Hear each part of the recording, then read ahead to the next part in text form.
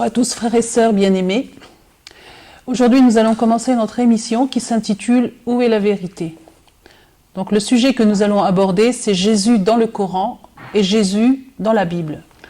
Pourquoi nous avons choisi de parler de Jésus dans le Coran et Jésus dans la Bible? Tout simplement parce que beaucoup de chrétiens pensent que Jésus du Coran est le même que Jésus qui est dans la Bible. Et les musulmans pensent aussi que Jésus, Isa, qui est dans le Coran, est le même que celui qui se trouve dans la Bible. Donc nous avons déjà commencé par voir les différences qu'il y a entre Jésus du Coran et Jésus de la Bible. Tout d'abord dans l'Annonciation. L'Annonciation dans le Coran, donc c'est un homme, un ange en forme d'homme parfait qui vient annoncer à Marie qu'elle aurait un enfant pur. Et par la suite, quand Marie va accoucher, elle accouche sous un palmier. Dans la sourate Imran, on voit que ce sont des anges. Ce n'est pas un homme, c'est des anges qui viennent annoncer à Marie qu'elle aurait un enfant.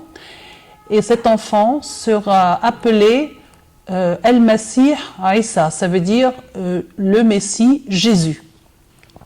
Pourquoi Isa? Pourquoi ce prénom?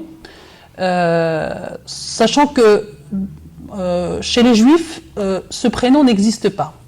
Et on a constaté aussi que dans le Coran, tous les prénoms qui commencent par la lettre Y, You, Ya, se traduisent par J, ou l'inverse. Tous ceux qui se disent J se traduisent par You.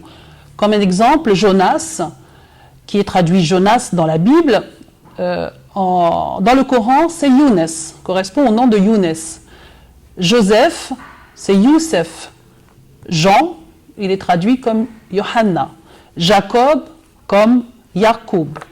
Pourquoi pour Jésus, ça n'a pas été le cas?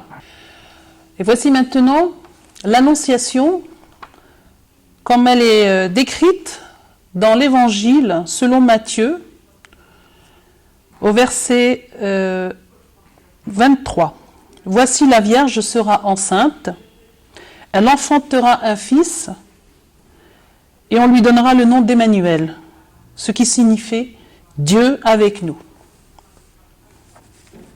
Et dans l'Évangile selon Saint Luc, au verset 26, au 6e mois, l'ange Gabriel fut envoyé par Dieu dans une ville de Galilée appelée Nazareth, auprès d'une vierge fiancée à un homme de la maison de David, nommé Joseph. Le nom de la vierge était Marie. L'ange entra chez elle et dit « Je te salue, toi, à qui une grâce a été faite. Le Seigneur est avec toi. » Troublée par cette parole, Marie se demandait ce qui pouvait signifier une telle salutation. L'ange lui dit « Ne crains point, Marie, car tu as trouvé grâce auprès de Dieu. Et voici, tu deviendras enceinte, et tu enfanteras un fils, et tu lui donneras le nom de Jésus. » Donc, son nom est bien Jésus, puisque Jésus veut dire « Dieu sauve ». Emmanuel, Dieu avec nous. Et il dit aussi « Car c'est lui qui sauvera son peuple », dans le verset 21, c'est lui qui sauvera son peuple de ses péchés. Donc on voit que tout est précis. L'Évangile nous précise le lieu, pourquoi Jésus est venu, sa mission, et tous les détails, dans le temps, l'époque, l'endroit, etc.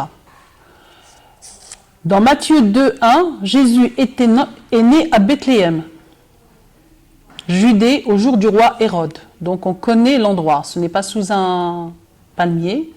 Dans le Coran, on précise ni le lieu, ni le temps, on ne sait pas. On ne sait pas où est né simplement Jésus, simplement sous un palmier. Donc on voit bien que la prophétie s'est réalisée, comme l'avait annoncé le prophète Michée, Jésus est bien né à Bethléem. Voilà mes frères et sœurs bien-aimés, nous nous arrêtons aujourd'hui ici et nous reprendrons avec la grâce de Dieu dans notre prochain épisode. Soyez tous bénis. À bientôt.